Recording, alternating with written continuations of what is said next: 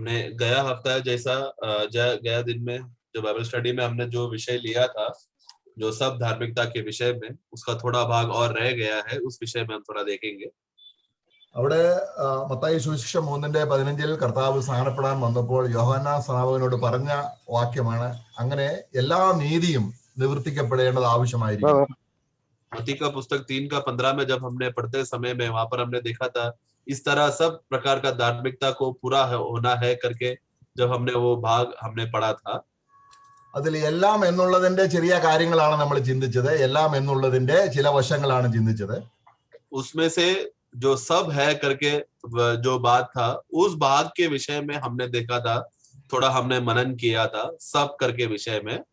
എന്നാൽ അത് നമ്മുടെ ജീവിതത്തിൽ അനുഭവമാകുന്നതിനോടുള്ള ബന്ധത്തിൽ അതിന്റെ പ്രായോഗിക വശമാണ് നമ്മൾ ഇന്ന്, ആ എല്ലാം എന്നുള്ളതിന്റെ പ്രായോഗിക വശമാണ് നമ്മൾ ഇന്ന് ചിന്തിക്കുന്നത്.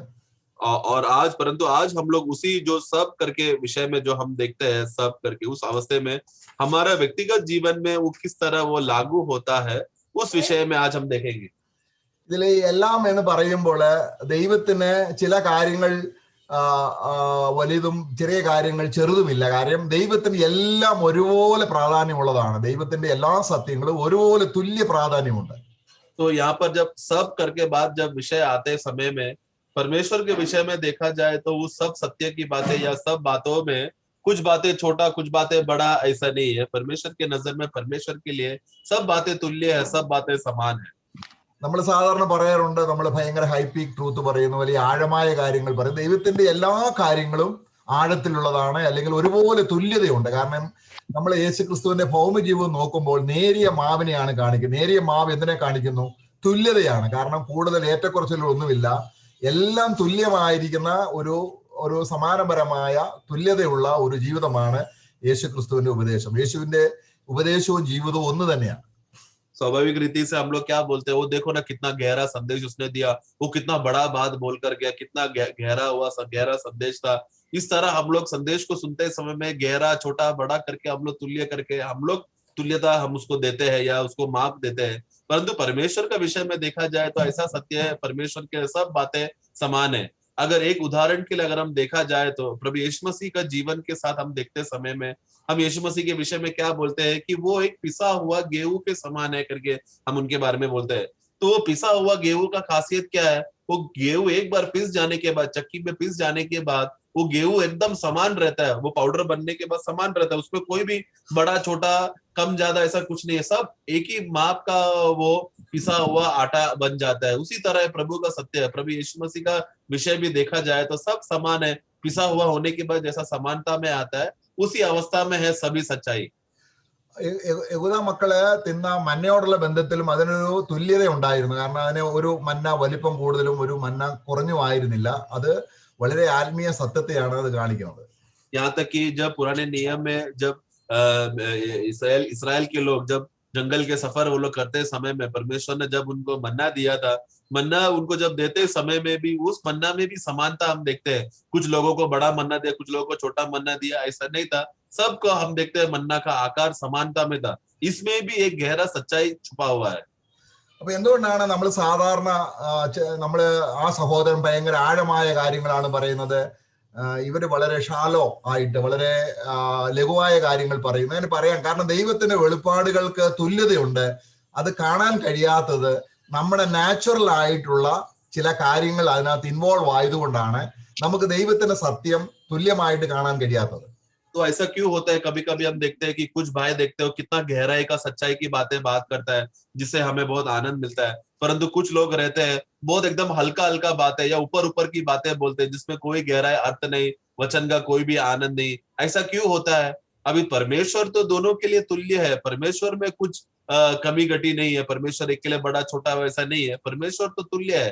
परंतु हम मनुष्य के विषय में देखा जाए तो हम लोग जब प्रभु का ज्ञान को प्राप्त करने के विषय में जहां पर भी हमारा स्वाभाविक जीवन हमारे ज्ञान के साथ तुलना कर मिलकर प्रभु के बातों को समझने के लिए जब उसमें मिल जाता है, तब हमें प्रभु का मिला हुआ जो बातें है उसका माप में कम हो जाता है। हमारा स्वाभाविक स्वभाव है, जो शारीरिक स्वभाव है, इसके लिए रुकावट बनता है ये महान प्रभु को समझने के लिए। परमेश्वर को देखा जाए तो वो तुल्य है, जो आप में है वही प्रभु हम में है, परंतु हमारा स्वाभाविक जीवन का वो मुठभेड़ बीच में आने की वजह से, उसका मिल जाने की वजह से हमें वो प्रकटीकरण सही रीति से नहीं मिलता।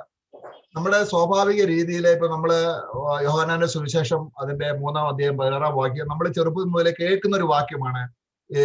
അവനെ കൈക്കൊണ്ട് അവന്റെ നാമത്തിൽ വിശ്വസിക്കുന്ന ഏവർക്കും ദൈവമക്കളായി തീരുവാൻ അനുവാദം ലഭിച്ചു, അല്ലെങ്കിൽ യേശുക്രിസ്തു പാപികളെ രക്ഷിപ്പാൻ വന്നു. ഇത് കൂടെ കൂടെ കേൾക്കുമ്പോൾ എന്ത് സംഭവിക്കുന്നു? നമുക്കത് ഒരു നാച്ചുറൽ ആയിട്ട് അത് കേൾക്കുന്നത് കൊണ്ട് അതിനേക്കാൾ ഇപ്പൊ നമ്മള് ജയാളികളായിട്ട് 1000 വർഷം വാഴും എന്നൊക്കെ പറയുമ്പോൾ, അത് ആദ്യമായിട്ട് കേൾക്കുമ്പോൾ ആദ്യം കേട്ട കാര്യങ്ങളുടെ പ്രാധാന്യത കുറയുകയും പുതിയതായി കേൾക്കുന്ന കാര്യങ്ങൾക്ക് പ്രാധാന്യം കൊടുക്കുകയും ചെയ്യുന്ന നമ്മുടെ പ്രകൃതിപരമായ, നമ്മുടെ നാച്ചുറൽ ആയിട്ട് എലമെന്റ് ഉള്ളത് കൊണ്ടാണ് നമുക്ക് അങ്ങനെ തോന്നുന്നത്. अभी उदाहरण के लिए आप देखा जाए तो हम लोग बचपन से हम लोग पढ़ने वाला एक वाक्य है यूहन्ना 3:16।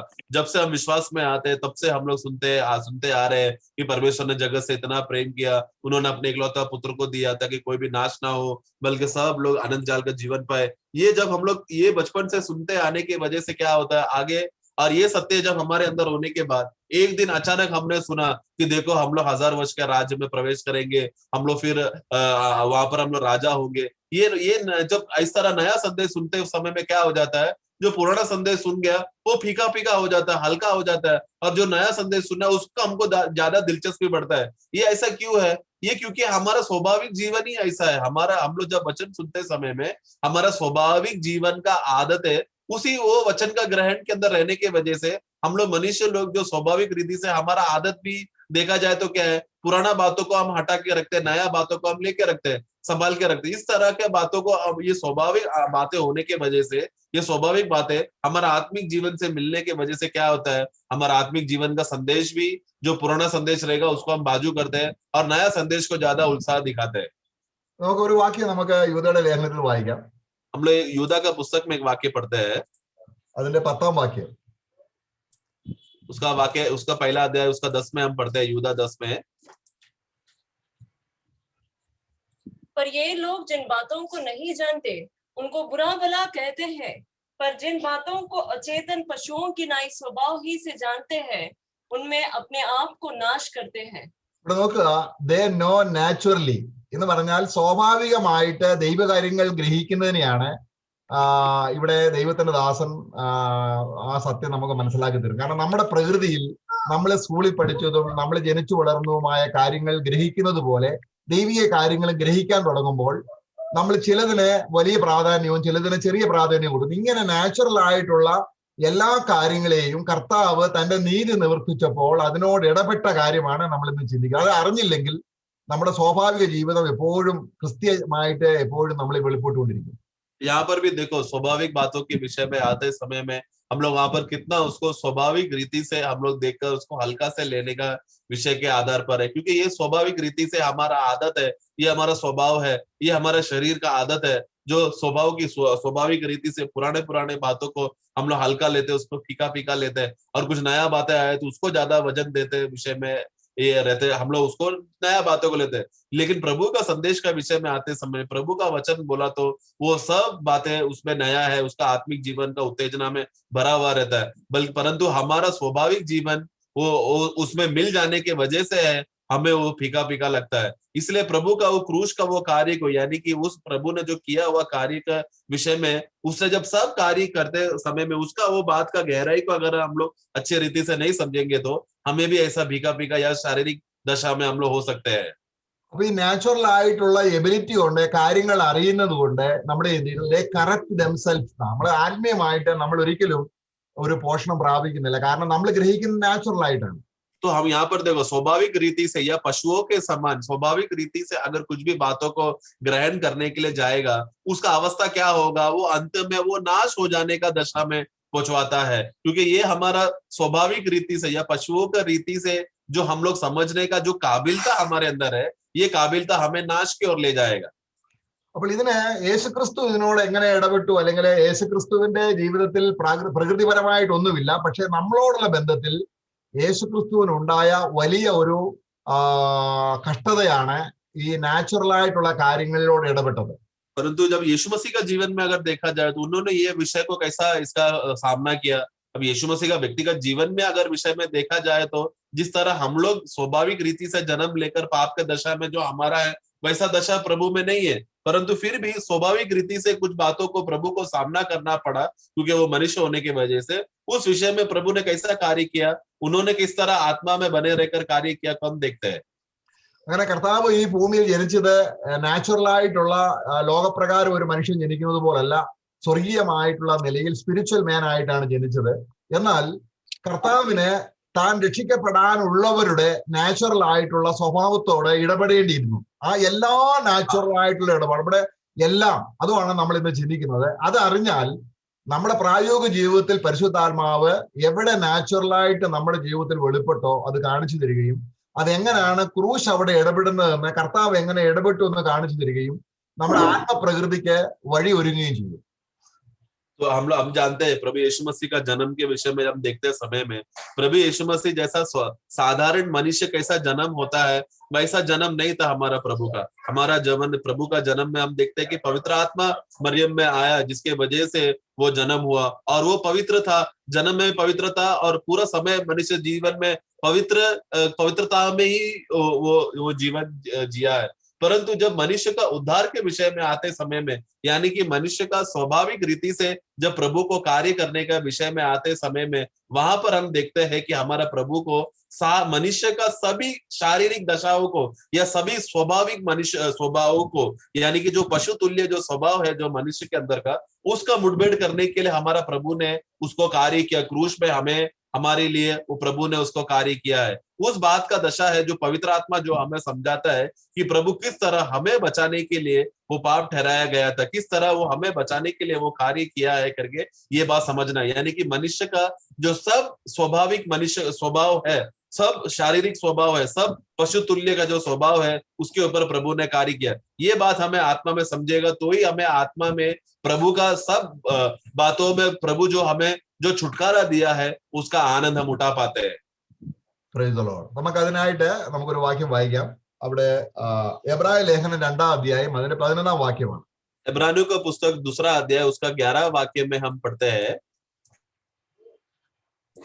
इब्रानियों का पुस्तक उसका 2 का 11 में, सॉरी 17 सॉरी 2 का 17 में हम पढ़ते हैं। इस कारण उसको चाहिए था कि सब बातों में अपने भाइयों के समान बने, जिससे वह उन बातों में जो परमेश्वर से संबंध रखती है एक दयालु और विश्वास योग्य महायाजक बने, ताकि लोगों के पापों के लिए प्रायश्चित करे। ഇവിടെ ദൈവാത്മാവിന് വളരെ സഹായം വേണം. നമ്മുടെ കർത്താവായ യേശുക്രിസ്തു തന്റെ സഹോദരന്മാർ അല്ലെങ്കിൽ രക്ഷിക്കപ്പെടാനുള്ളവരുടെ പ്രകൃതിയോടെ ഏകീഭവിച്ചത് കാൽവരി ക്രൂശിലാണ്. അതുവരെയും അവൻ പിതാവിനെ ക്രൂശിലേക്ക് പോകുന്നത് വരെയും പിതാവിനെ വെളിപ്പെടുത്തി നീതി നിവർത്തിക്കുകയായിരുന്നു. ഇവിടെ സഹോദരന്മാരുടെ ആയിരിക്കുന്ന പ്രകൃതിപരമായ കാര്യങ്ങൾ ഇടപെട്ട് നീതി നിവർത്തിക്കുക. ഇങ്ങനെ 2 തരത്തിലാണ് കർത്താവ് നീതി നിവർത്തിച്ചത്. आमेन। हमें थोड़ा आत्मा का मदद चाहिए वचन को समझने के लिए कि प्रभु ने किस तरह सभी प्रकार का धार्मिकता का बातों को पूरा किया है करके हमें एक बात समझना है। इसमें 2 पहलू है, 2 बातें है। एक ये है कि प्रभु यीशु मसीह जन्म से लेकर कलवरी क्रूस में मरने तक का अवस्था में देखते समय में, उस समय में पिता परमेश्वर को संपूर्ण रीति से अपने आप को समर्पण करके आज्ञाकारिता में देकर परमेश्वर ने जो भी धार्मिकता का मांग किया वो पूर्ण रीति से आज्ञाकारिता होकर अपने आप को समर्पण करके दिया। परंतु हम यहाँ पर हम पढ़ते हैं कि वो सब बातों में अपने भाइयों के समान बन गया करके बोलते समय में ये कब हुआ? ये बात ये सिर्फ कलवरी क्रूस में था जब प्रभु यीशु मसीह हमारे लिए पाप ठहराया गया था। यानी कि हमारा स्वाभाविक अवस्था को, हमारा शारीरिक दशा को, हमारा जो पशु के समान जो अवस्था है उसे बचाने के लिए प्रभु हमारे लिए बलिदान होने का दशा में वो बनने के लिए प्रभु ने क्या किया? सब बातों में भाइयों के समान बन गया। ये अवस्था जब प्रभु बनते समय में क्या हो गया? उस समय में भी परमेश्वर ने जो मनुष्य के विषय में जो सभी धार्मिकता का मांग जो मनुष्य से रखा था वो प्रभु यीशु मसीह हमारे लिए पाप ठहराए जाने की वजह से कलवरी क्रूस में हमारे लिए मरने के लिए या हमारा शारीरिक स्वभाव से छुटकारा देने के विषय में, उस विषय में भी वो सब प्रकार का जरूरत मांग को परमेश्वर प्रभु यीशु मसीह ने पूरा किया।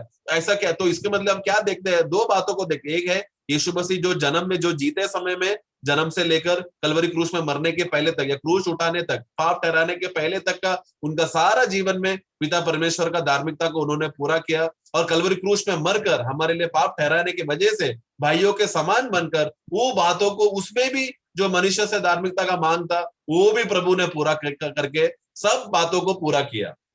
ഈ 17-ാം വാക്യം സഹോദരങ്ങളെ വ്യാഖ്യാനിക്കുമ്പോൾ ഒരുപാട് തെറ്റ് വന്നിട്ടുള്ളത് കൊണ്ട് ഒരുപാട് കൾട്ട് ഉപദേശങ്ങൾ വന്നിട്ടുണ്ട്. കർത്താവ് ജനനം മുതലേ ദാവീദിന്റെ ജഡത്തിൽ വന്നതുകൊണ്ട് ജനനം മുതൽ തന്നെ യേശുവിന് നമ്മുടെ പ്രകൃതി ഉണ്ടായിരുന്നുവെന്നും ആയതുകൊണ്ട് നമ്മളെ പോലെ തന്നെയാണ് യേശുവിനും പാപം ഉണ്ടായിരുന്നെന്നും ആയതുകൊണ്ട് കർത്താവായ യേശു ക്രിസ്തു അത് ചെയ്തില്ല, പക്ഷെ അവനിൽ പാപപ്രകൃതി ഉണ്ടായിരുന്നു എന്നും പഠിപ്പിക്കുന്ന ഒരുപാട് ദേവദാസന്മാരുണ്ട്.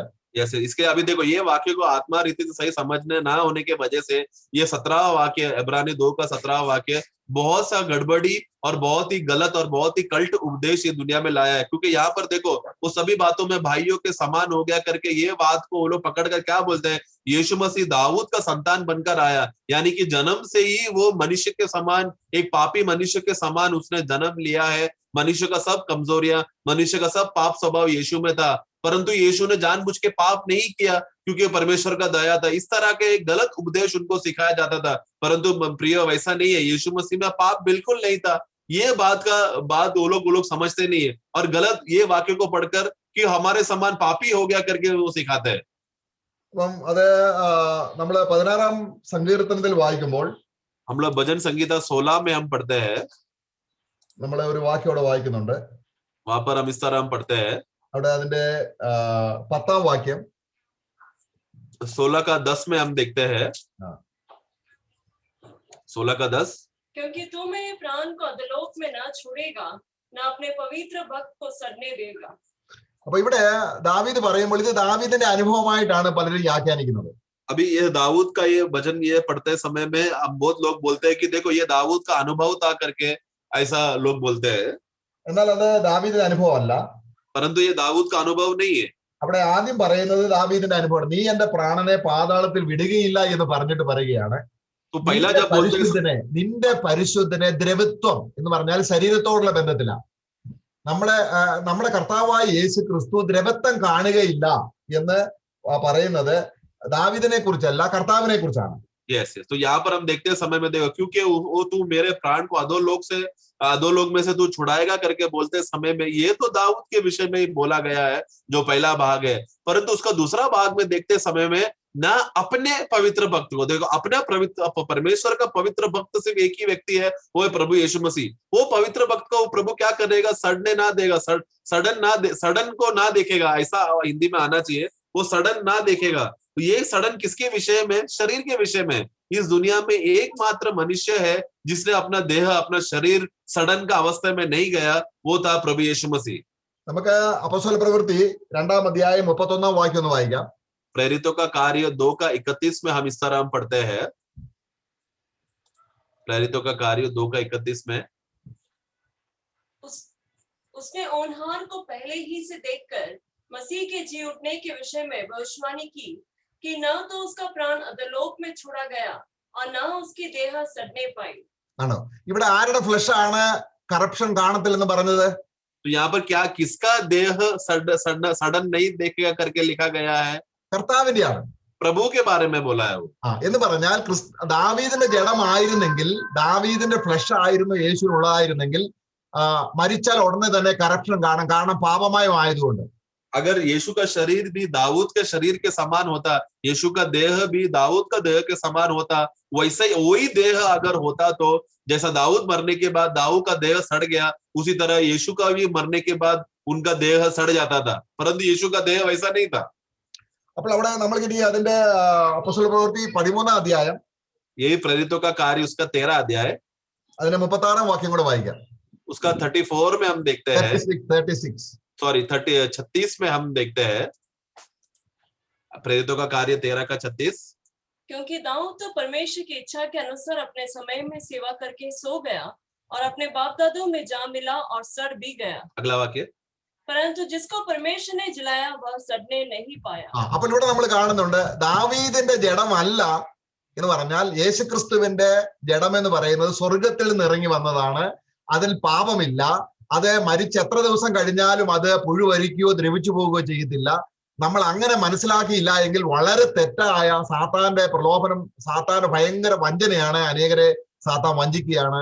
യേശു മറിയയിൽ നിന്ന് ജനിച്ചതാണ്, മറിയയുടെ ജഡമാണെന്ന്, അല്ലെങ്കിൽ ദാവീദിന്റെ ജഡമാണെന്നുള്ളത്. या इसके लिए देखो यहाँ पर हम स्पष्ट रीति से, आप लोग सही रीति से अगर पढ़ेंगे तो हमें वहां पर देखो वो सड़ गया करके, यहाँ पर हम दाऊद 36 के विषय में हम पढ़ते हैं कि दाऊद जब मरने के बाद उसका देह सड़ गया, कीड़े पड़ गया, अपने बाप दादाओं के साथ वो मिल गया। परंतु एक ऐसा व्यक्ति जो परमेश्वर का जन है, वो प्रभु यीशु मसीह के बारे में हम देखते हैं, वो सड़न नहीं पाया, वो सड़न नहीं देखा।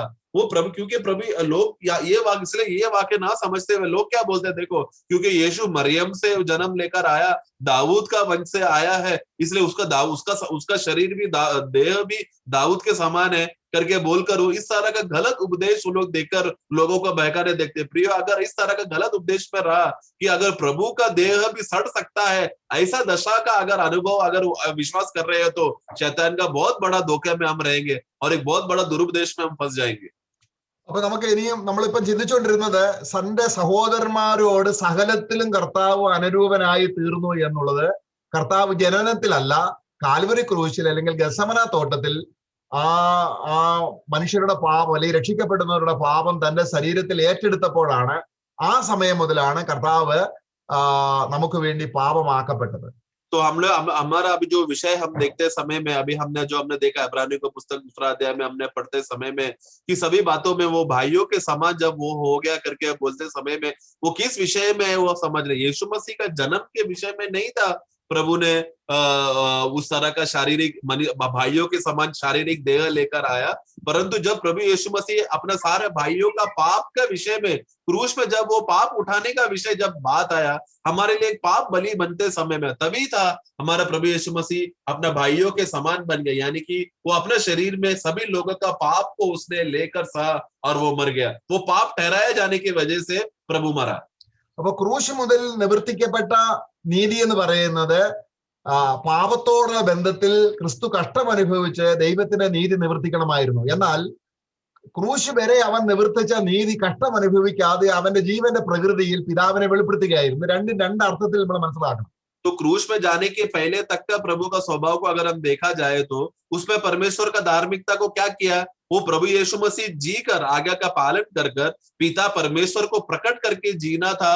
वो था प्रभु यीशु मसीह का धार्मिकता, जो उनको पूरा कर रहा था, पिता का आज्ञा पालन कर कर जो भी इच्छा है वो पूरा कर रहा था। परंतु क्रूस के बाद का जो अनुभव था उधर वैसा नहीं था। क्रूस में जब प्रभु उठाया चढ़ाते समय में या क्रूस में आते समय में, तभी से मनुष्य जात का उद्धार के लिए यीशु मसीह को छुटकारा देना होना वजह से वो कष्ट सहकर खून बहाकर दर्द से और वेदना से वो गया, ताकि वो पाप बलि बन सके। वो पाप बलि बनकर जो मनुष्य जात को बचा सके, उस विषय में वो वो धार्मिकता को पूरा किया। इसलिए यीशु मसीह का जीवन वो अलग प्रकार का धार्मिकता को प्रकट करता है और यीशु मसीह का क्रूस का मृत्यु वो अलग प्रकार का धार्मिकता को प्रकट करता है। दोनों धार्मिकता प्रभु ने पूरा किया, परंतु दोनों धार्मिकता अलग अलग है। അപ്പൊ നമ്മൾ രക്ഷിക്കപ്പെടണമെങ്കിൽ യേശു കാൽവരി ക്രൂശിൽ പോകുന്നത് വരെ ദൈവനീതി നിവർത്തിച്ചു എന്നത് വിശ്വസിച്ചാൽ മാത്രം രക്ഷിക്കപ്പെടത്തില്ല.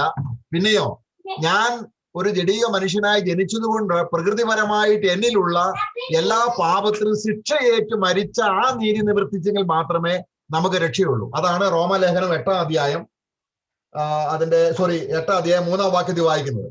तो अभी मेरे उद्धार के विषय में देखते समय में, मेरा आत्मा का उद्धार का विषय में अगर विश्वास कर रहा हूँ कि देखो यीशु मसीह एक अच्छा आदमी है, वो बिना निष्पाप इस दुनिया में जिया और कोई भी कष्ट नहीं सहा और सारा पिता का सारा आज्ञा का पालन करके वो जिया, अगर ये मैं विश्वास करेगा तो वो मेरा उद्धार का कारण नहीं बनता, बल्कि मेरा उद्धार का कारण क्या है, प्रभु यीशु मसीह ने मुझे बचाने के लिए मेरा पाप को, मेरा अधर्म के सब बातों को उसने अपना देह में लेकर अपने मेरे लिए पाप बलि वो ठहराया, मेरे लिए पाप ठहराया गया। क्रूस में वो पाप बलि बन गया और परमेश्वर का सारा क्रोध उसने लेकर, सारा कष्ट दंड प्रभु ने सहकर मुझे छुटकारा दिया है। ये बात, और इससे परमेश्वर का धार्मिकता पूरा हो गया। ये बात जब मैं विश्वास करता हूं तब मुझे छुटकारा मिलता है, तब मुझे उद्धार मिलता है। वो क्रूस में मरने वाला धार्मिकता पे विश्वास करने से मुझे उद्धार मिलता है। इसी अर्थ में हम लोग जब रोमियो का पुस्तक 8-4 पढ़ते समय में हम समझते हैं कि सारा धार्मिकता का मांग को पूरा किया वाक्य 4 में। അപ്പൊ നമ്മൾ ഇനിയും റോമലേഖനം അതിന്റെ 3-ാം അധ്യായം 25-ാം വാക്യത്തിലുണ്ട്. നമുക്കത് സമയക്കുറവുണ്ട്, എടുക്കണ്ട.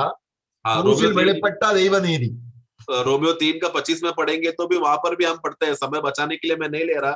3 का 25 में भी हम देखो क्रूस में प्रकट हुआ वो धार्मिकता करके भी हम वहां पर पढ़ते हैं।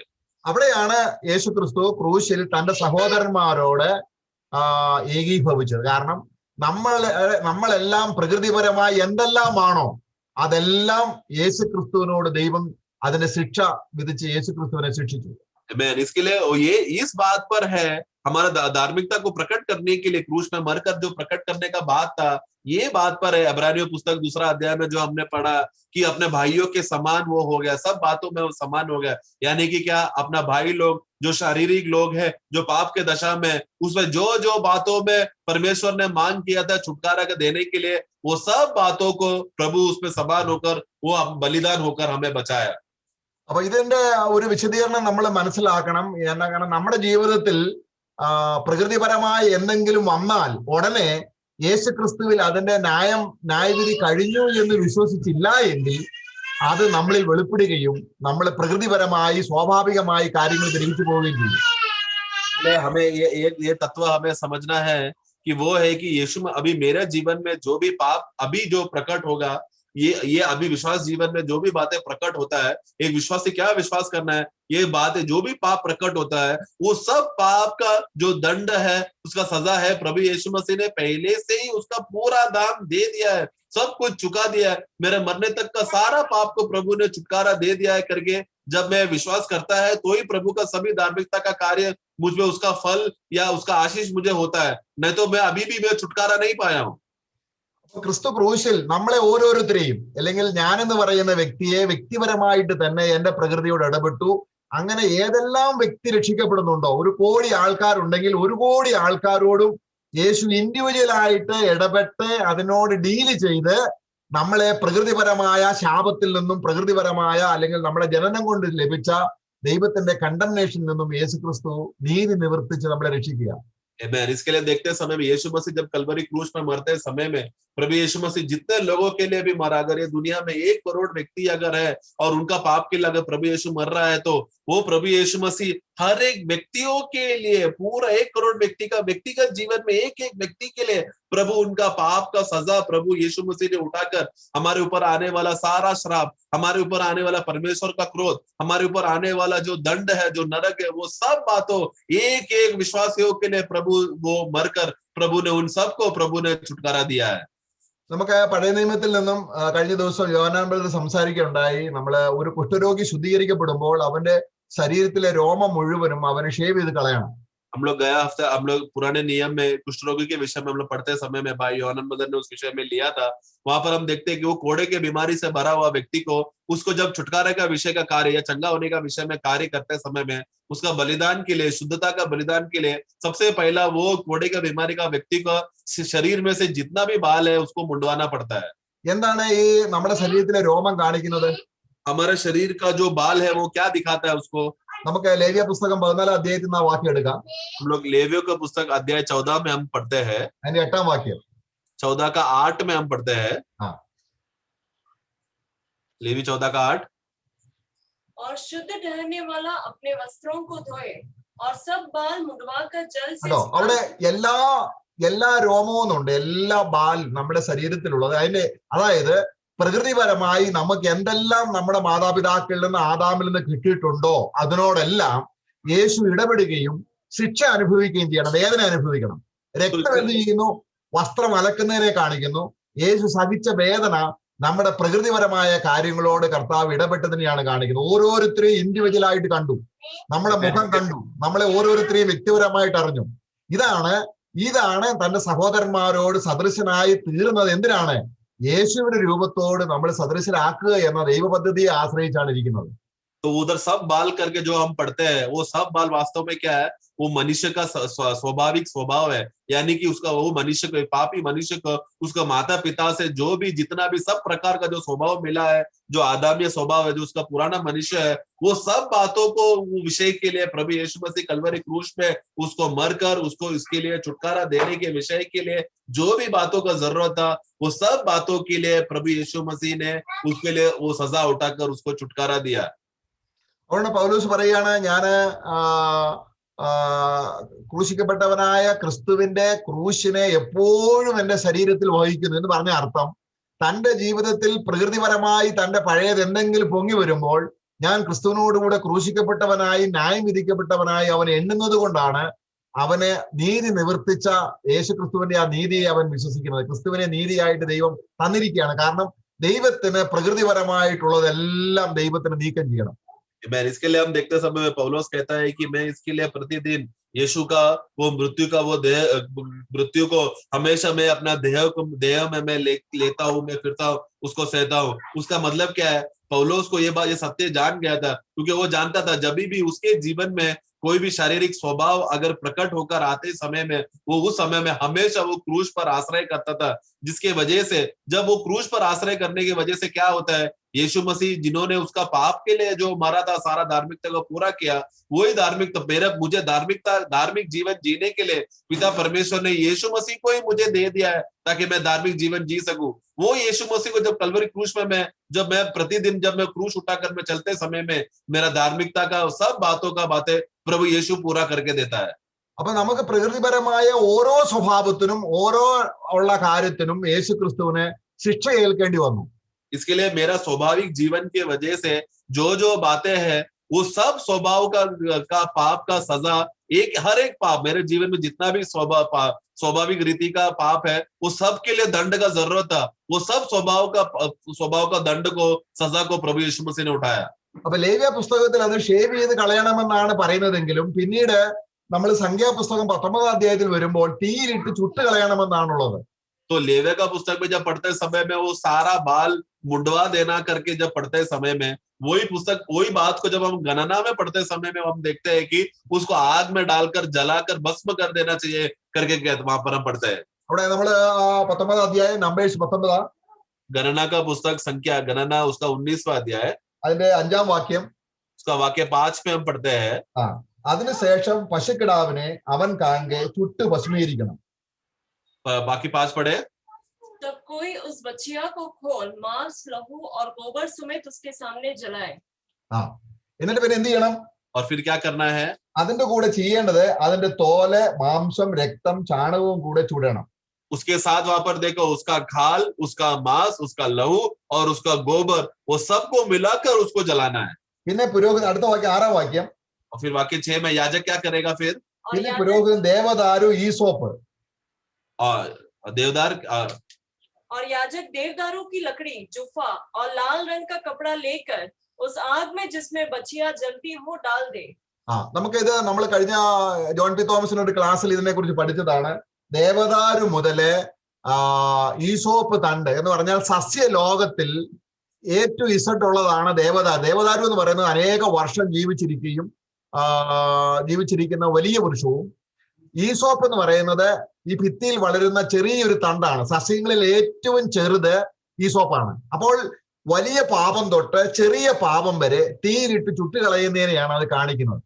तो वहां पर देखो हम लोग गया बार जब जॉन पी थॉमस का अभ्यास में जब हमने इस विषय को हमने पढ़ा था, वो देवदारू का जो लकड़ी जो है वो क्या है, वो हमारा जो पेड़ पौधे का वृक्ष बातों को दिखाता है.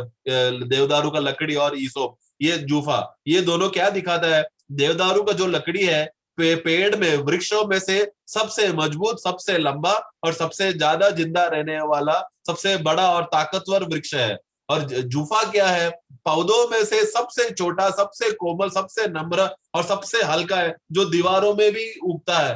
वो मतलब क्या दिखाता है? मनुष्य का जीवन का सबसे बड़ा पाप क्यों ना हो या छोटा पाप भी क्यों ना हो, वो दोनों को आग में जला दिया. मतलब आखिरी से लेकर अंत तक A to Z यानी कि शुरुआत से लेकर अंत तक उसके बीच में जो भी है वो सब बातों को खत्म कर दिया जला के.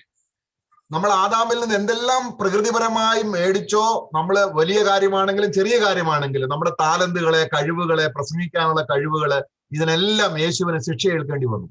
देखो इसके लिए आदम के द्वारा मिलने वाला जो भी हमारा स्वभाव है, स्वाभाविक बातें है, वो बड़ा स्वभाव हो या छोटा स्वभाव हो, अच्छा गुण हो या बुरा गुण हो, अच्छा गीत गाने का गुण रहेगा या अच्छा ये टैलेंट रहेगा, वो बात है हुनर, ये सब बातों के लिए हमारे प्रभु यीशु मसीह को कलवरी क्रूस में वेदना और सजा उठाना पड़ा.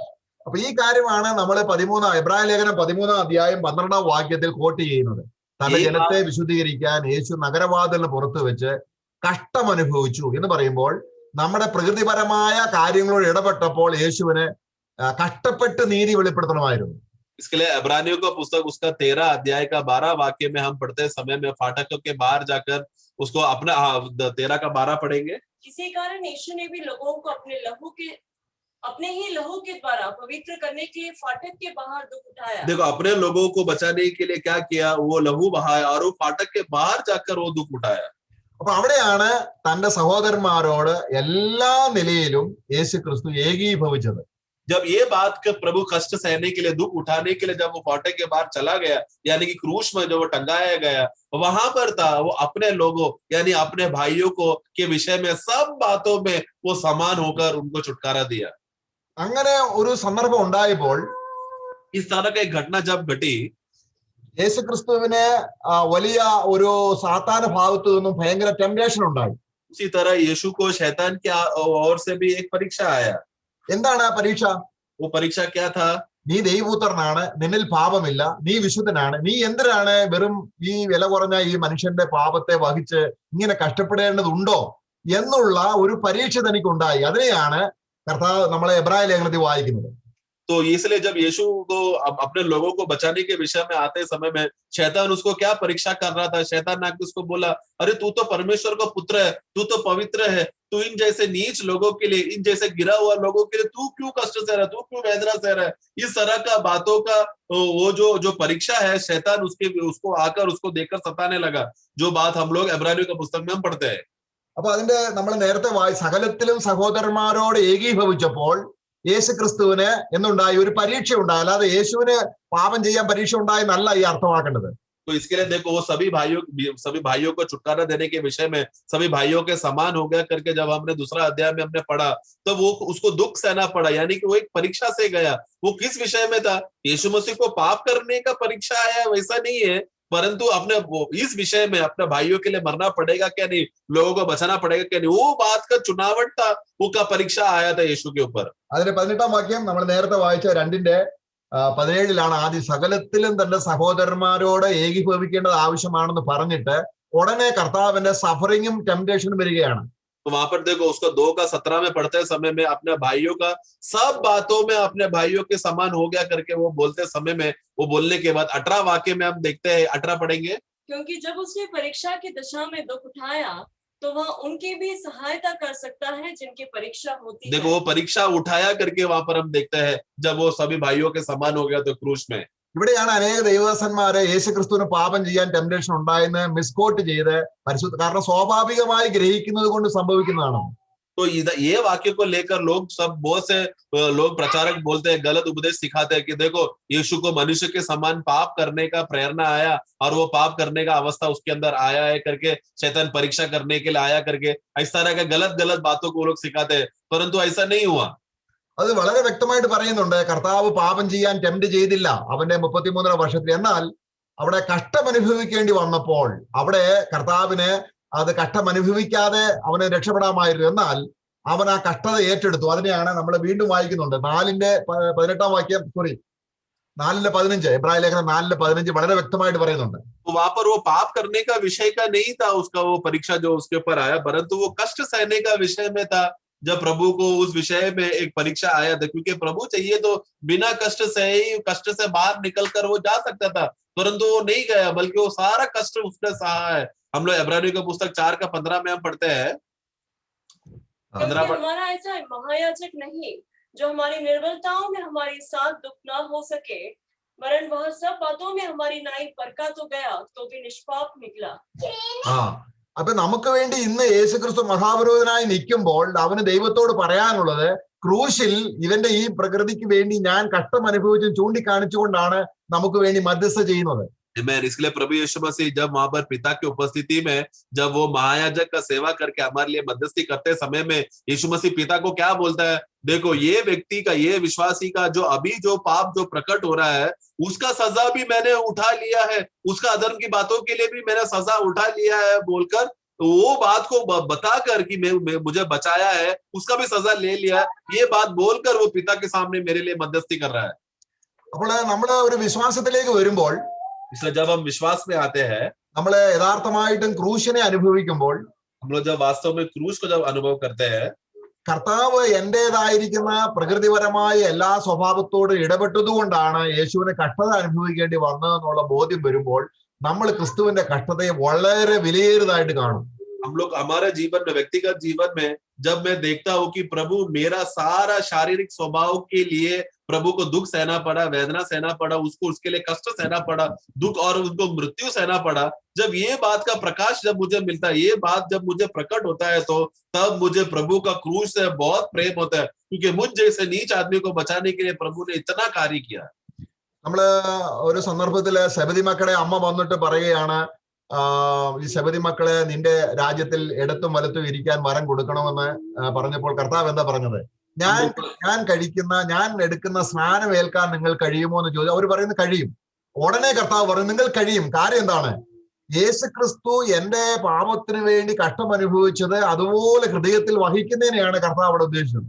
तो वहां पर जब जबदी का पुत्रों का जब वो आने वहां पर एक विषय को हम देखते हैं समय में, वहां पर उनका पत्नी, जबदी का पत्नी आकर वो पूछती है कि क्या तुम मेरे बेटे को दाएं और बाएं राज्य में तुम बिठा सकते हो क्या? इस विषय में जब प्रभु को आकर वो पूछते समय में, तब वहां पर प्रभु ने क्या कहा? देखो उधर बिठाने का विषय में देखते समय में, क्या उन लोग क्या मेरा वो बपतिस्मा ले सकते हैं क्या जो मैं लेने के लिए आया हूं करके? तब उनका माँ ने क्या जवाब दिया? हाँ वो ले सकते हैं। तो प्रभु उसका जवाब, उसका अर्थ समझना है कि प्रभु यीशु मसीह कलवरी क्रूस पे जो मरने का जो मृत्यु था, वो बात का विश्वास क्या तुम्हारे पुत्र कर सकते हैं क्या? वो अर्थ में था। तब उसका माँ ने हाँ बोला, तो प्रभु बोला हाँ तुम लोग कर सकते हो, क्योंकि हम देखते हैं कि आगे चलकर वो दोनों पुत्र लोग ने प्रभु यीशु मसीह का मृत्यु को, कलवरी क्रूस का मृत्यु को लोग ने विश्वास किया था। അപ്പൊ യേശു ക്രിസ്തു പരീക്ഷിക്കപ്പെട്ടു എന്ന് പറയുന്നത് കഷ്ടം അനുഭവിക്കുന്ന വിഷയത്തോടുള്ള ബന്ധത്തിലാണ്. यीशु मसीह जब परीक्षा उठाना पड़ा करके जब बोलते समय, या परखा गया था करके जो हमने इब्रानियों में पढ़ा, वो सब किसके विषय में है? वो इस कष्ट सहने के विषय में था।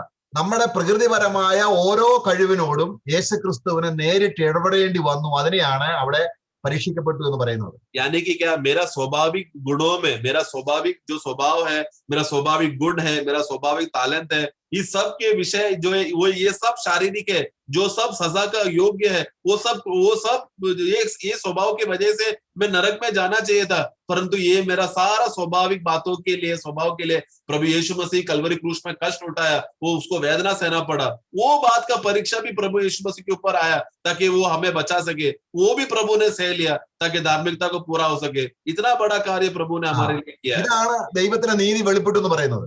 इस रीति से जब प्रभु ने मेरे लिए क्रूस पर मरने से वो क्या किया? परमेश्वर का धार्मिकता का मांग को पूरा किया। നമുക്ക് ലൂക്കോസ് സുവിശേഷം 22 അധ്യായം, लूका का पुस्तक 22वां अध्याय, അതിന്റെ 28 വാക്യം വായിക്കാം. 22 का 28 में हम देखते हैं, लूका का पुस्तक 22-28, परंतु तुम वह हो जो मेरी परीक्षाओं में लगातार मेरे साथ रहे। എന്താ ഇതിന്റെ അർത്ഥം? इसका अर्थ क्या है? നിങ്ങളാണ് എന്റെ എല്ലാ ടെംപ്റ്റേഷനിലും എന്നോട് കൂടെ നിന്നത് എന്ന് പറഞ്ഞ അർത്ഥം എന്താണ്? तुम लोग हो जो लगातार मेरी परीक्षाओं में मेरा साथ रहा। इसका मतलब क्या है? കാരണം കർത്താവ് ക്രൂശിക്കപ്പെട്ടു പോയാലും ക്രിസ്തുവിന്റെ ജനം, ക്രിസ്തുവിന്റെ കഷ്ടത എന്റെ പാപത്തിനു വേണ്ടിയാണെന്ന് ഉള്ളത് ധ്യാനിച്ച് ചിന്തിച്ച് ദൈവത്തിന് നീതി വെളിപ്പെടുത്തതിന് ദൈവത്തെ ആരാധിക്കുന്ന കാര്യമാണ് പറയുന്നത്. यानी कि क्या कि प्रभु यीशु मसीह कलवरी क्रूस में आकर हमारे लिए मरकर तो छुटकारा देने के बाद भी विश्वासी लोग क्या करना है? प्रतिदिन ये बात को मनन करते रहना, ध्यान करते रहना कि हे प्रभु तू मेरे लिए मरा, मेरे पापों के कारण तुझे दुख उठाना पड़ा, तुझे वेदना सहना पड़ा। वो प्रभु कलवरी क्रूस में काम करके हो जाने के बाद भी विश्वासी लोग निरंतर उसको ध्यान करना है, उस पर मनन करना है। उस विषय में प्रभु कहता है कि तुम लोग लगातार मेरे साथ रहे। അതാണ് കർത്താവ് കർത്തൃമേശ സ്ഥാപിച്ചതിലുള്ള അർത്ഥം. इसीलिए तो प्रभु ने प्रभु मेज का जब स्थापना किया था, उसका अर्थ को हम देखते हैं। ഇവിടെ നമ്മള് ഒരു വാക്യം കൂടെ വായിക്കുമ്പോൾ, एक और वाक्य जब हम पढ़ते हैं, യോഹന്നാന്റെ സുവിശേഷം 11 അധ്യായം, യോഹന്ന का सुसमाचार 11 अध्याय, 11 അധ്യായത്തിന്റെ 16 വാക്യം വായിക്കുമ്പോൾ, उसका 16 वाक्य जब हम पढ़ते हैं, അവിടെ ലാസർ മരിച്ച സംഭവമാണ്. वहां पर लाजरस का मृत्यु हो गया है। അതിന്റെ 11 അധ്യായത്തിന്റെ 5 വാക്യത്തിൽ യേശു മാർത്തയും അവരുടെ സഹോദരനെയും അവിടെ അതിന്റെ 3 വാക്യം, ആ സഹോദരിമാർ അവന്റെ അടുക്കൽ ആളയച്ചു, കർത്താവേ നിനക്ക് പ്രിയനായവൻ ധീരമായി കിടക്കുന്നു എന്ന് അറിയിച്ചു. वहां पर वाक्य 3 में जब पढ़ते समय में वहां पर मार्था और मरियम ने दास को भेजा और बोला कि देखो तुम जिससे प्रेम करते हो, प्रभु प्रीति रखते हो, वो बीमार है करके संदेश भेजा उन लोगों ने। അപ്പോൾ കർത്താവ് പറയുകയാണ് അവിടെ നമുക്ക് അവനെ ഉണർത്താനായിട്ട് പോകണം. तो इसलिए प्रभु वहां पर कहता है कि देखो उसको अभी जिलाने के लिए हमें उधर जाना है। അപ്പോൾ യഹൂദിയിലേക്കാണ്, ബെഥാനിയ എന്ന് പറയുന്ന സ്ഥലം യഹൂദിയിലാണ്. കാരണം യഹൂദിയിലാണ് യഹൂദന്മാരെ യേശുവിനെ കൊല്ലാൻ ശ്രമിച്ചുകൊണ്ടിരിക്കുന്നത്. तो वहां पर वो बेथनी करके जो जगह है जहां पर लाजरस और उसका मार्था मरियम रहता है, जो यूदिया नगर में है। और यहूदिया नगर में था जहां पर सभी अधिकारी लोग यीशु को मारने के लिए यत्न कर रहे थे। അപ്പം ലാസറിനെ കാണാൻ പോകുന്നതിനുള്ള ബന്ധത്തിൽ 11-ാം അധ്യായത്തിന്റെ 7-ാം വാക്യത്തിൽ കർത്താവ് പറയുകയാണ്, तो लाजरस को जाके मिलने जाने का अवस्था आते समय में वही 11 अध्याय का 7 में हम वहां पर हम पढ़ते हैं। അതിന്റെ അർത്ഥം എന്താണ്? അതിന് ശേഷം അവൻ ശിഷ്യന്മാരോട് നാം വീണ്ടും യഹൂദയിലേക്ക് പോകാം എന്ന് പറഞ്ഞു.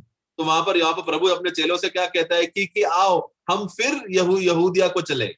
അപ്പോൾ ശിഷ്യന്മാർ പറയാണ്, ശിഷ്യന്മാർ അവനോട്, റബി, യഹൂദന്മാർ ഇപ്പോൾ തന്നെ നിന്നെ കല്ലെറിയുവാൻ ഭാവിച്ചല്ലോ, നീ പിന്നെയും അവിടെ പോകുന്നുവോ?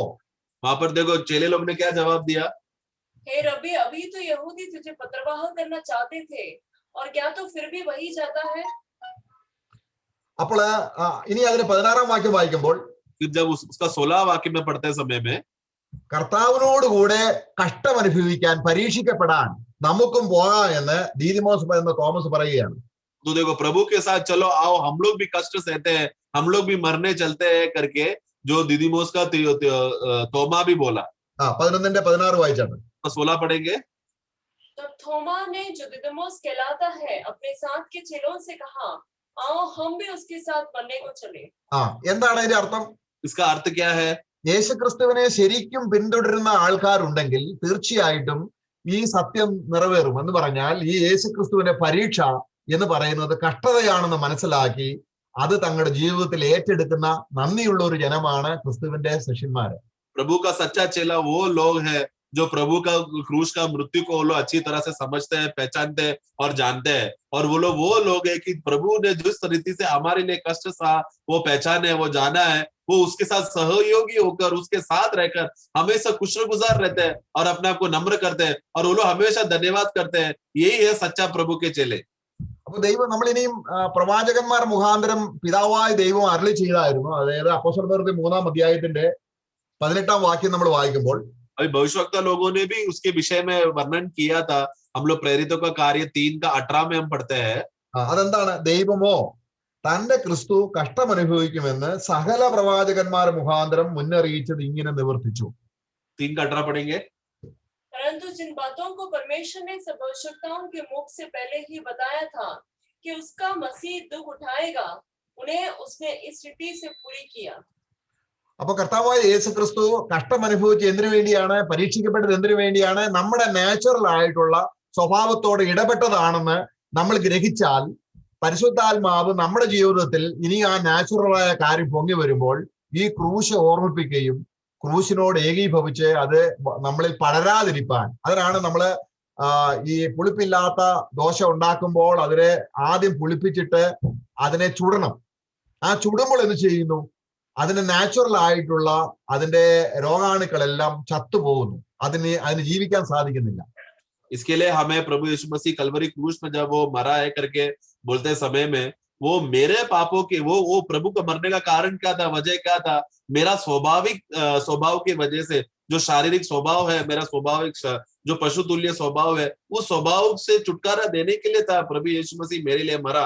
जब ये बात को जब मैं अंगीकार करके विश्वास करते समय में पवित्र आत्मा तुरंत जब भी मेरा शरीर उठकर आता है, जब भी मेरा स्वभाव शारीरिक स्वभाव उठकर आता है जो प्रभु के खिलाफ जाएगा, वो सब जगह पर पवित्र आत्मा मुझे याद दिलाकर मुझे वापस वो क्रूस की ओर लेकर जाता है। क्योंकि क्रूस में ही है मेरा सारा शारीरिक स्वभाव का और स्वाभाविक स्वभाव का हल वहां पर निकलता है। जैसे उदाहरण में पुराने नियम में जब महापाप का हल का दिन होते समय में जो वो बड़ा उत्सव में वहां पर क्या होता है, वहां पर उन लोगों को खमीरी रोटी लाना पड़ता है जो खमीर से भरा हुआ रहता है। वो खमीर के रोटी को जब क्या करना है, उसको तवे में पकाना है। तवा में पकाते समय में जो खमीरी भाग जब तवा में लग जाता है, उसका गर्मी से सारा खमीरी मर जाता है और दोनों भागों में उसको पका रहे, यानी कि दोनों भागों में जितना भी खमीरी है वो सब खत्म हो जाता है जलकर। वही है कलवरी क्रूस में जब मैं अपने आप को लाते समय में मेरा सारा पाप का स्वभाव, मेरा सारा कमजोरी और मेरा सारा शारीरिक स्वभाव प्रभु क्रूस में उठाकर इस सब प्रकार सभी धार्मिकता को वो पूरा करता है। ये बात को हमें देखना है। ഇതിനാണ് ദൈവം ഇസ്രായേൽ ജനങ്ങൾക്ക് പരിച്ഛേദന ഏൽപ്പിച്ചത്. इसके लिए तो प्रभु ने इस्राएली लोगों को खतना दिया था। എന്നാൽ വേറൊരു നിലയിൽ ദോശ ചുടുന്നതിനുള്ള ബന്ധത്തിലും ഈ കാര്യം ദൈവം അവർക്ക് വെളിപ്പെടുത്തുന്നുണ്ട്. लेकिन इसी तरह उनको रोटी बनाने के विषय में दूसरा भी एक बात उनको कहा था। അവിടെ നമുക്ക് ഹോശേയ പ്രവചനം അതിന്റെ 7-ാം അധ്യായത്തിന്റെ 8-ാം വാക്യം വായിക്കാം. उसका होशे का पुस्तक 7-8 में हम पढ़ते हैं। होशे का पुस्तक 7-8 में, एफ्रेम देश के लोगों से मिला जुला रहता है। एफ्रेम ऐसी चपाती ठहरा है जो उल्टी न गई। എഫ്രൈം പരിച്ഛേദന ഏറ്റവരാണ്, പക്ഷെങ്കിൽ അവര് ദൈവത്തിന്റെ സ്വഭാവം അല്ല കാണിക്കുന്നത്, പ്രകൃതിപരമായ നാച്ചുറൽ ആയിട്ടുള്ള സ്വഭാവമായി ജാതി ഇടപെട്ടു. അതുകൊണ്ട് അവരെന്താണ്, ഒരു വശം മാത്രം വെന്ത ദോശയാണ്, മറിച്ചിടാത്ത ദോശ അല്ലെങ്കിൽ മറിച്ചിടാത്ത റൊട്ടി എന്ന് പറഞ്ഞാൽ ക്രിസ്തുവിന്റെ മരണത്തോടുള്ള നമ്മുടെ ഏകീഭാവമാണ് ഇത് വ്യക്തമാക്കുന്നത്. तो यहाँ पर हम देखते समय में एफ्रेम का देश किस प्रकार का देश है। वो एक ऐसे लोग हैं जो खतना किए हुए लोग हैं, प्रभु के लोग हैं, परंतु ये किस प्रकार का लोग, इन लोगों ने स्वाभाविक लोगों के साथ ये लोग मिलजुल गए। शारीरिक लोग जो स्वाभाविक स्वभाव के लोगों के साथ मिलजुल जाने की वजह से क्या हो गया, एफ्रेम एक ऐसा चपाती ठहर गया है जो उल्टी नहीं कर सकता, यानी कि दूसरे ओर उनका खमीर खत्म करने के लिए वो लोग नहीं पलट सकते। इससे हमें मालूम पड़ता है कि क्योंकि विश्वासी लोगों का असली स्वभाव क्या होना चाहिए, वो विश्वास में आ जाने के बाद दूसरी ओर भी वो डालना चाहिए, उल्टा करना चाहिए, ताकि सब प्रकार का खमीर को खत्म करे जो हमें क्रूस में बहुत जरूरी है, अनिवार्य है पूरा होने के लिए। അത് ഒറ്റ ദിവസം നമ്മളിന്ന് മാറുകയല്ല. और वो ऐसा नहीं है कि एक ही दिन में सब हट जाएगा। ഓരോ പ്രകൃതിയുടേതായിരിക്കുന്ന ദോഷത്തിനുമുള്ള ശിക്ഷ ക്രിസ്തു, ദൈവം അവനെ അടിച്ചും ശിക്ഷിച്ചും ദണ്ഡിപ്പിച്ചും ഇരിക്കുന്നു. അതിന്റെ ശിക്ഷ യേശു അനുഭവിച്ചു. പക്ഷെങ്കിൽ നമ്മളിൽ നിന്ന് ഉയർന്നു വരുമ്പോൾ നമ്മൾ ക്രൂശിനോട് ഏകീഭവിച്ചു, അവന്റെ മരണത്തോട് ഏകീഭവിക്കുന്നുവെങ്കിൽ നാം പുനരുദ്ധാനത്തോട് ഏകീഭവിക്കും.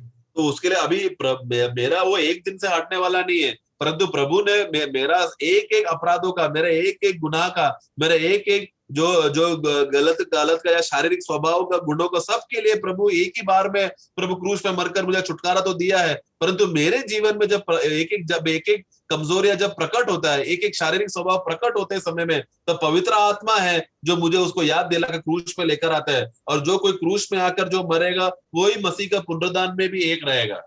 അപ്പം നമ്മള് ക്രിസ്തീയ ജീവിതത്തിലേക്ക് വന്നതിന് ശേഷം നമ്മളിൽ ഒരു പാപം വെളിപ്പെട്ടാൽ ആ പാപം ഏറ്റുപറയുമ്പോൾ യേശു ഈ രീതിയിൽ എന്റെ സ്വാഭാവിക നേച്ചറിനോട് ഇടപെട്ടു എന്ന് മനസ്സിലായില്ലെങ്കിൽ നമുക്ക് ഒരു മുന്നോട്ടുള്ള മനസാക്ഷിയുടെ ശുദ്ധീകരണം സാധിക്കത്തില്ല. അതാണ് ഇവിടെ വായിക്കുന്നത്. നമ്മൾ അവിടെ ഒന്നും കൂടെ വായിക്കാം. നമുക്ക് അതിന്റെ ഇബ്രായ ലേഖനം 2-ാം അധ്യായം 17 വാക്യം ഒന്നുകൂടെ വായിക്കാം. इसके लिए प्रभु की उपस्थिति में आते समय में, जब अपना पाप का अंगीकार करते समय में, जब मुझे ये बोध नहीं है कि प्रभु यीशु मसीह मेरा विश्वासी हो जाने के बाद का जीवन में मेरा जो भी शारीरिक स्वभाव है उसके लिए भी प्रभु मरा है करके, ये बात का विश्वास नहीं है, ये बात का अंगीकार अगर मैं नहीं कर रहा, ये बात अगर मैं नहीं मान रहा कि मेरा प्रभु ने मेरा सब पापों के लिए प्रभु ने सजा उठाया है, मेरा सब कमजोरियों के लिए और मेरा सब शारीरिक गुण स्वाभाविक स्वभाव है वो सबके लिए प्रभु मरा है करके अगर मुझे विश्वास नहीं है, तो फिर मुझे आगे चलकर मसीह जीवन में मुझे उन्नति नहीं होगा। हम लोग फिर से इब्रानियों के पुस्तक 2:17 में हम पढ़ते हैं, കർത്താവ് ഫെയ്ത്ത്ഫുൾ ഹൈ പ്രീസ്റ്റ് ആണ് പിതാവിനോട് എന്ന് പറഞ്ഞാൽ കാൽവരി ക്രൂശിൽ ഞാൻ ഈ വിശ്വാസിയുടെ എല്ലാ പാപത്തിനും ഞാൻ നീതി നിവർത്തിച്ചു, ഞാൻ കഷ്ടം അനുഭവിച്ചു, ഞാൻ വേദന സഹിച്ചു. അങ്ങനെ ഇല്ലെങ്കിൽ യേശു ഫെയ്ത്ത്ഫുൾ ആകുന്നത് എങ്ങനെയാണ്? നമുക്കത് മനസ്സിലായില്ലെങ്കിൽ, നമ്മൾ ചുമ്മാതെ പാപപ്രകൃതിയോട് ഇടപെടാതിരുന്നാൽ നമ്മുടെ ജീവിതത്തിൽ വളരെയധികം ദോഷം നമ്മൾ തന്നെ വരും. നമ്മൾ സ്വാഭാവികമായി ഗ്രഹിക്കുന്നവരാകുന്നത് കൊണ്ട്. क्योंकि हम लोग क्या हो गया, प्रभु कौन है? वो एक विश्वास योग्य महायाजक है, मतलब वो एक सच्चा विश्वास योग्य है, यानी कि वो पिता के सामने हमेशा बताते रहता है कि देखो मैंने उसका सारा पाप के लिए मरा है, सारा बातों का दंड मैंने उठाया है, जो भी बातें था उसका शारीरिक बातें था, उसका शारीरिक गुण था, वो सब बातों के लिए मैंने क्रूस में मैंने वेदना सहा है करके ये बात पिता के सामने रहकर वो मध्यस्थी करते रहते हैं। इसलिए प्रभु यीशु मसीह एक विश्वास योग्य महायाजक है। परंतु हम हैं जो ये बात पहचान नहीं पाते कि प्रभु का विश्वास योग्यता कितना गहरा है, कितना गंभीर है करके, ये हम नहीं समझ पाते, जिसकी वजह से क्या होता है, हम अपने आप को हानि कर रहे हैं, अपने आप को हम लोग प्रभु का उस उत्तमता का पहचान को हम समझ नहीं पा रहे। क्यों? क्योंकि हम लोग शारीरिक लोग हैं और स्वाभाविक लोग हैं। स्वाभाविक लोग आत्मिक बातें ग्रहण नहीं करता, शारीरिक लोग आत्मा की बातें ग्रहण नहीं कर पाता। ഇപ്പം നമ്മൾ ചിന്തിച്ചു വന്ന വിഷയം, കർത്താവ് ക്രൂശിലേക്ക് പോകുന്നതിന് മുൻപേ ദൈവത്തിന്റെ നീതി ആവശ്യപ്പെട്ട പഴയ നിയമത്തിലെ എല്ലാ കാര്യവും യേശുക്രിസ്തു നിവർത്തിച്ചു. इसके लिए हम लोग क्या सोचते आ रहे थे कि यीशु मसीह क्रूस पे मरने से पहले जो 33.5 साल का जो जिंदगी उसने जिया, वो जीवन में पिता परमेश्वर का वो जो भी धार्मिकता का मान था, पुराने नियम में जो भी व्यवस्था की बातें था, वो सब बातें प्रभु यीशु मसीह जी कर सारा धार्मिकता का बात को पूरा किया।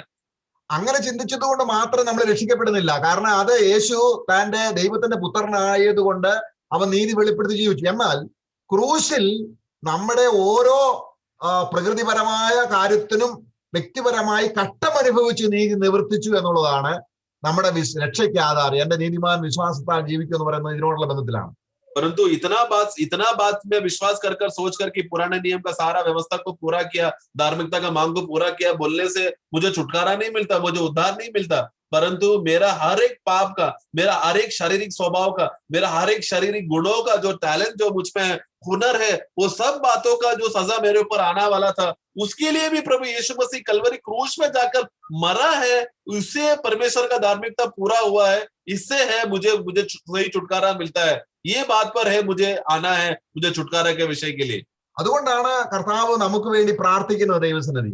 इसलिए आज भी प्रभु हमारे लिए पिता की उपस्थिति में वो प्रार्थना करते रहता है. നമുക്ക് ഒരു വാക്യം കൂടെ വായിച്ച് അവസാനിപ്പിക്കുകയാണ്. और एक वाक्य हम पढ़ेंगे.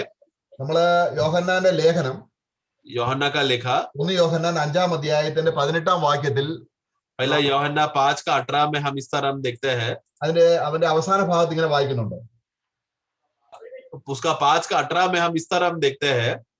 आखिरी भाग में ആ വാക്യം നമ്മുടെ മലയാളത്തിലെ പോലല്ല ആ വാക്യം.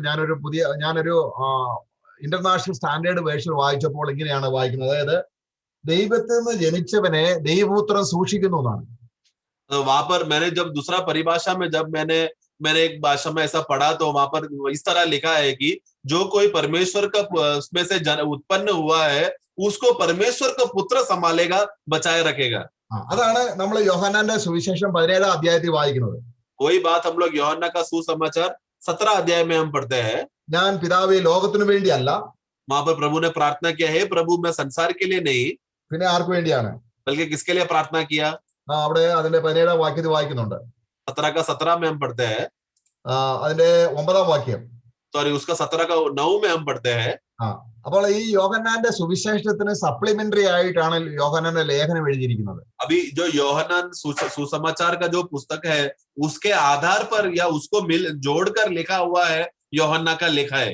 അവിടെ 17-9 വായിക്കുകയാണ്, ഞാൻ അവർക്ക് വേണ്ടി അപേക്ഷിക്കുന്നു. 17 में हम पढ़ते हैं कि मैं उनके लिए विनती करता हूँ. എന്ന് പറഞ്ഞാൽ അവരുടെ ഓരോ നാച്ചുറൽ ആയിട്ടുള്ള ഓരോ കാര്യത്തിനു വേണ്ടിയും ഞാൻ എല്ലാത്തിലും ഞാൻ സഹോദരന്മാരോട് ഏകീഭവിച്ചതുകൊണ്ട്, तो यानी कि क्या मैं मेरा भाइयों के विषय का सभी स्वाभाविक जो स्वभाव है, जो शारीरिक स्वभाव है, जो पशु तुल्य स्वभाव है, उसमें कलवरी क्रूस में मैं उनके समान में हो गया ताकि उनको मैं बचा सकूं. ലോകത്തിനു വേണ്ടിയല്ല എന്ന് പറഞ്ഞാൽ യേശു ക്രിസ്തു ക്രൂശിൽ ഈ അർത്ഥത്തിൽ മരിച്ചപ്പോൾ ലോകത്തിലുള്ള എല്ലാ മനുഷ്യനോടും ഐഡന്റിഫൈ ചെയ്തില്ല. तो संसार के लिए मैं नहीं मरा, वहां पर बोलते हैं सब संसार के लिए मैं नहीं मरा, यानी कि क्या प्रभु यीशु मसीह मेरा ये स्वभाव के लिए जब मरते समय में वो संसार के सब लोगों के विषय के लिए नहीं मरा, ये बात के लिए नहीं मरा. അതാണ് ഓരോരുത്തരും. ഇപ്പൊ ഞാൻ മനസ്സിലാക്കണം, ഞാനും യേശു ക്രിസ്തു ഒറ്റയ്ക്ക് ക്രൂശിലാണ് കാര്യം ഡീൽ ചെയ്യപ്പെട്ടത്.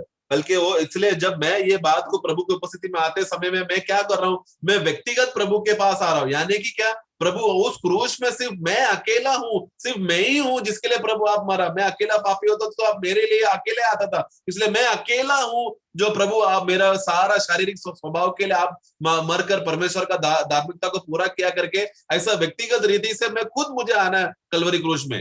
ഇങ്ങനെയാണ് അപ്പോസ്തലന്മാരൊക്കെയും ക്രിസ്തുവിനോട് വളരെ വ്യക്തിപരമായ ബന്ധം സ്ഥാപിച്ചു വന്നത്. इस तरह सभी प्रेरित है और विश्वासी और भक्त लोग पुराने नियम में सब लोग अभी भी वो लोग इस तरह प्रभु के साथ एक व्यक्तिगत गहरा रिश्ता वो लोग ने जोड़ा. ഗലാത്യ ലേഖനം 2:20 പൗലോസ് പറയുന്നതാണ്, എന്നെ സ്നേഹിച്ച് എനിക്ക് വേണ്ടി ഏൽപ്പിച്ചു തന്ന ദൈവപുത്രനിലുള്ള വിശ്വാസം.